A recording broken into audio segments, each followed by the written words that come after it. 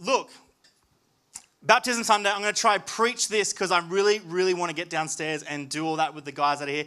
Can we just put it together again for the guys that decided to do that? To me, I just don't want to overlook it. It's amazing, and I'm just so thankful that our church is engaging in people changing their lives on the daily. And we heard a lot about Amy's story last Friday. Wherever Amy is, there she is there. So good. We're just proud of you, and thank you for sharing your story. And that reached thousands of people, and thank you for being part of the journey. But that means we're in the middle of our Made for More series, and so I'm jumping into that tonight, and I've actually titled tonight's message Labels. And one of the craziest things I discovered this week is that I was reading the verse. Anyone know the verse about love in the Bible? It talks about what love is. And it uses all these things. It says love is patient, love is kind. And it skips down. I want to skip down tonight. There's this verse 5 that says something really interesting to me. And it says, love keeps no records of wrongs. I just want to repeat that again there for a second. There's this verse about love, that it's patient, that it's kind, that it's this and that. But in verse 5 it says, it keeps no record of wrongs. But the Bible also says that God is love. And so this is going to be a bit spicy, but I just wanted to kind of kick off tonight's message with this. I kind of want to crush the misconception that made for more is for those that feel like they're qualified. That made for more is a phrase we only use for those that have stepped onto the qualified table. See, some of us have heard the phrase, some are chosen, some are not. Some God has favor on, some don't. But this is what I've learned from the scriptures and what God's showing me with Made for More, is that it's not connected to whether you're a Christian or not. Ooh. God doesn't see someone come to him, give their life to God, and say, I'm going to follow you, God. And they goes, oh, I better quickly make up a plan and purpose for their lives. The reality is the purpose and plan was already there before they came to God. He doesn't go, oops, oh my gosh, that person believes in me now. I better quickly give them the story. The story has already been designed for your life, and you're not made for more just because you're a Christian. You're made before you even become a Christian. You know, it's not connected to whether we're completely fixed or completely broken. You know, sometimes the mindset is, once I get my life together, then I'm made for more. Can I say to someone tonight that probably needs to hear this? You're made for more right now in the midst of your brokenness. Here's a good one. It's not connected to whether you're happy all the time or you're stuck in depression.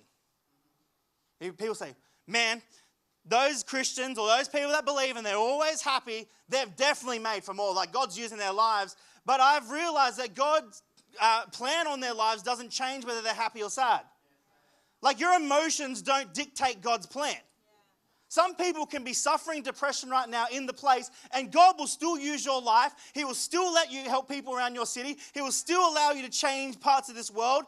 Your emotions aren't the dictator of God's plan on your life. In fact, your emotions aren't a reflection of God's plan on your life. Being happy doesn't mean you're more on fire for God than someone that seems to be sad. You know, it's not connected to whether you struggle or not. Here at Heart House, we believe we're always going to be struggling with something.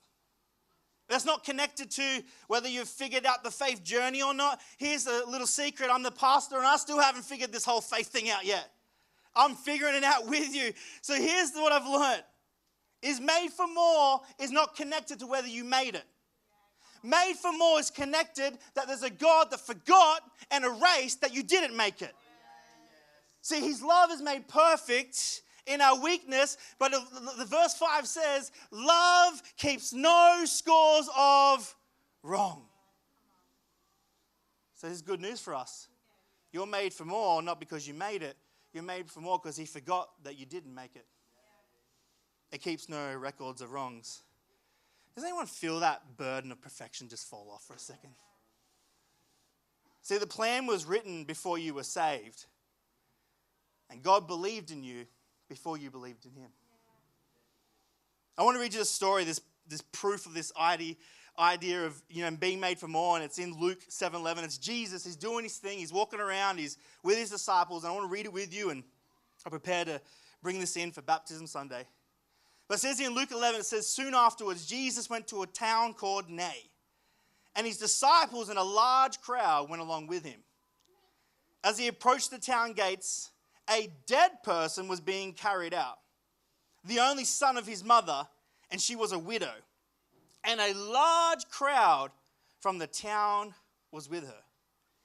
When the Lord saw her, it says here in verse 13, his heart went out to her, and he said, don't cry.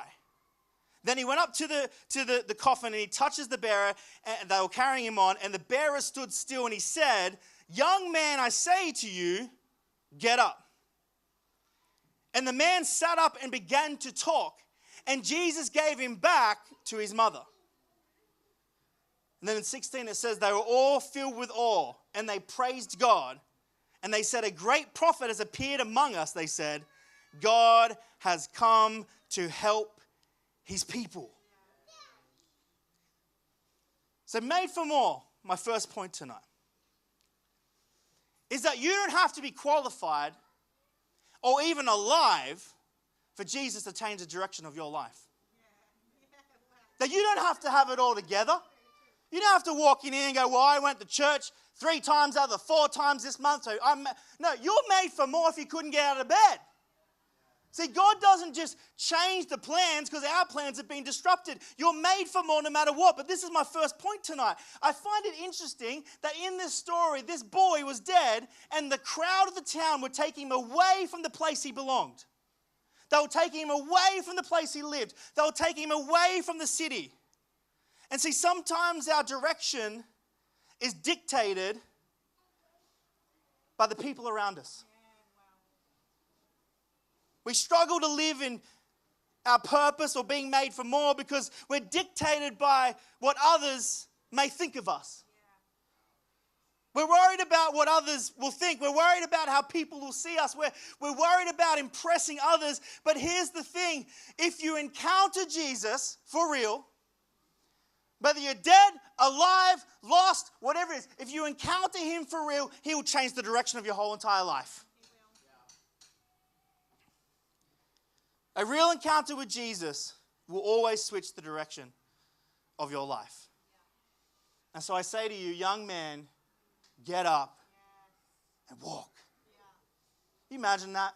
Seeing that man going, well, that guy's done. He had no purpose. They're at a funeral. It's over. And Jesus pops up. Completely. They all stood still and said, you know what? I got different plans for this. You know, that just shows me that no matter what walks in here, no matter who's sitting here right now, no matter what you're struggling with, that if you have an encounter with Jesus, you can switch the whole direction of your life. We're able to see 11 people publicly say that. I found Jesus, now I'm publicly saying he's switching the direction of my life. And here's another thing too, I'm not ashamed that Jesus rescued me. Like, I'm the pastor. I'm not going to hide it. I'm not going to lie. I'm not going to lie about it. I'm not ashamed that Jesus saved me. I'm not ashamed that I was once wrecked and God's building me. I'm not ashamed that he's the king of my life. I'm not ashamed anymore. Because once I've had an encounter with him, my direction is no longer dictated by the crowd. It's led by his purpose. So this boy was carried by the crowd. And Jesus says, get up and go home. I'm telling someone tonight, you might just go with the flow. You might just be here doing what everyone else is doing. But let me tell you now, when you have an encounter with Jesus, I'm not ashamed that he saved me. I'm not ashamed that he rose me back from the dead. I'm not ashamed that he's going to use my life. I'm not dictated in my direction. I'm pursuing my purpose. And I want to tell somebody tonight, life's too short to be worrying about what other people think. It's way too short. There is so much to do. There is so much more to be done. And I want to tell someone tonight, don't worry about what other people think. You are made for more. You are made for more. You know, the second thing I realized from this story is this phrase, which I've titled my message, and it's labels. There's a killer. You know, in this story, his label is dead person. But there's no name.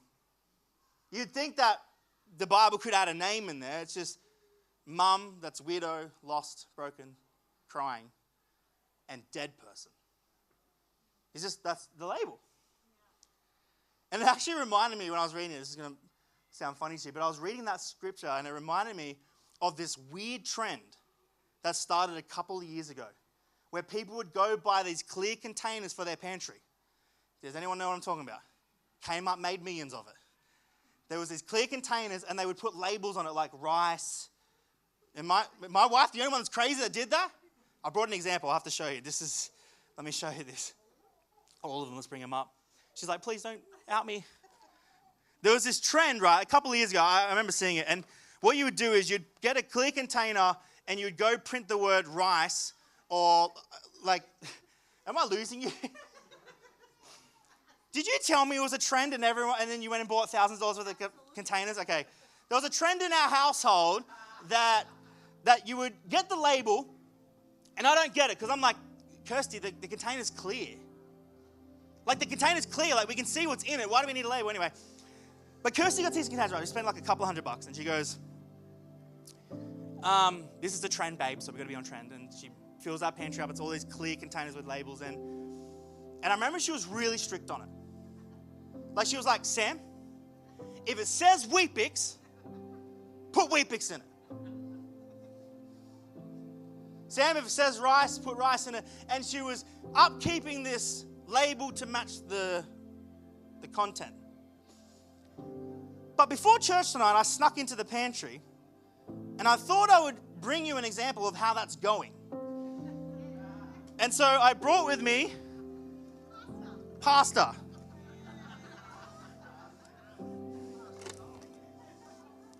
Pasta holding pasta. Pasta. That look like pasta to you? She's like, how many do you have? I went digging through the cupboard. Self-raising flour. Biscuits. Oh. You ready for this one? Brown rice. That's more like Tuesday morning baking.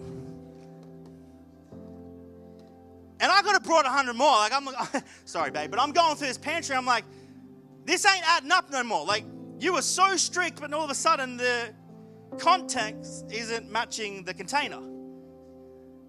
And I think about like I was looking at this and I was bringing him in. I'm like even Dallas, like he's so smart. Like my one's getting baptized tonight. He was like, Dad, I love pasta.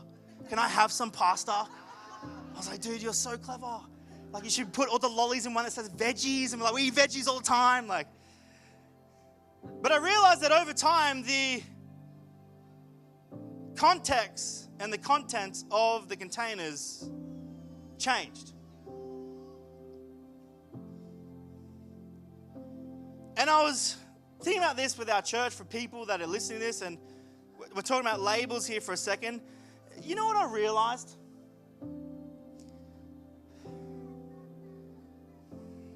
You know what I realized? Someone's going to pick this up.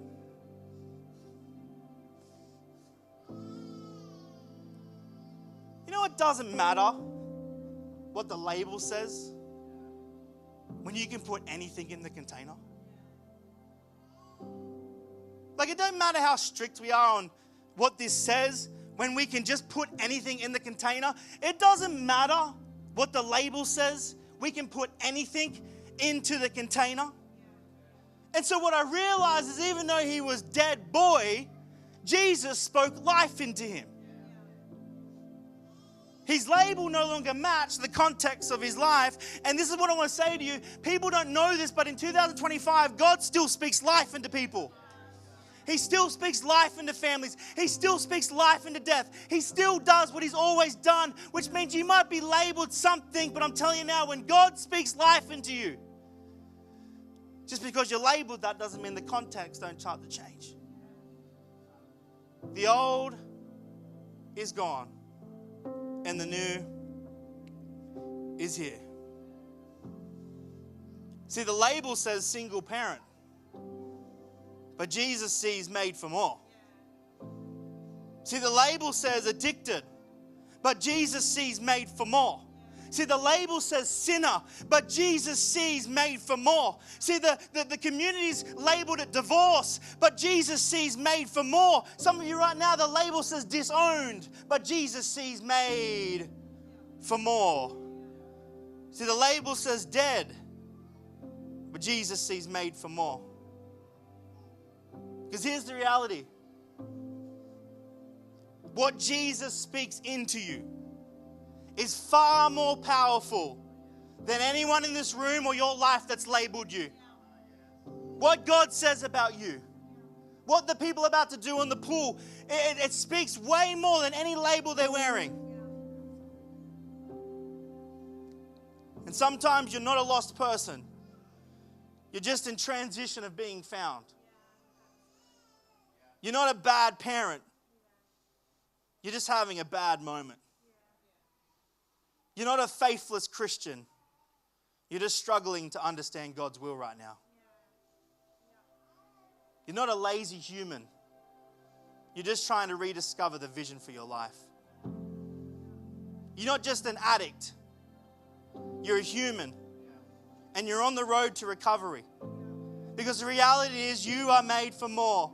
And Jesus is in the business of disrupting people's funerals. You might be labeled what you're labeled, but the context is changing. What Jesus says about you, girl, what Jesus says about you, boy, what Jesus says about you, family, brother, sister, whatever Jesus says about you will always disregard the label. So, Kirsty, this is some good-looking brown rice, and I can't wait to eat this later. As the band comes.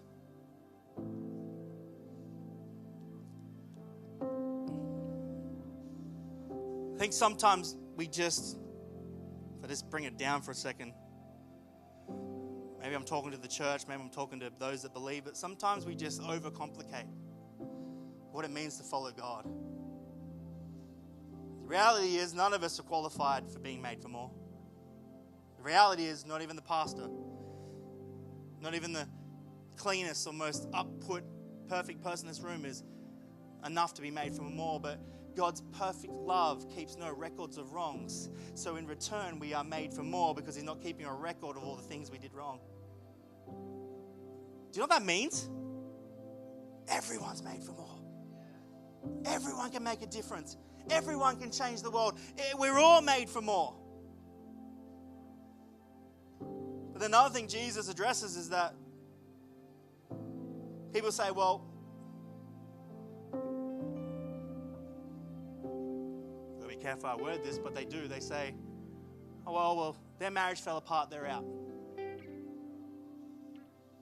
Or they say, they're struggling too deep with addiction, so God couldn't use them. Or we say things like, well, they haven't been at church enough, so how could God use their life in their real life? And we start to label people. But I believe there's a God that can change. The made for more persona in someone's life, even if they're still wearing the label. And it don't matter who labeled you. And it don't matter if it was a Christian or non-Christian, your mum, your dad, the world. It don't matter you, because I'm telling you now, what Jesus is about to speak over those that are getting baptized is far more powerful than the labels they're taking down to that pool. It's far more powerful. Will they come out of the water and be perfect? Probably not. Will they lie when they get home the next week? Maybe. Will they be sinless? No, it's a journey. But they're signifying that God's now leading their lives. And that even though they could be labeled as sinner, they could be labeled as divorced, they could be labeled as hurt or lost or faithless in this season, that they're rising up and saying, well, it's all cool about that because now God's speaking within me.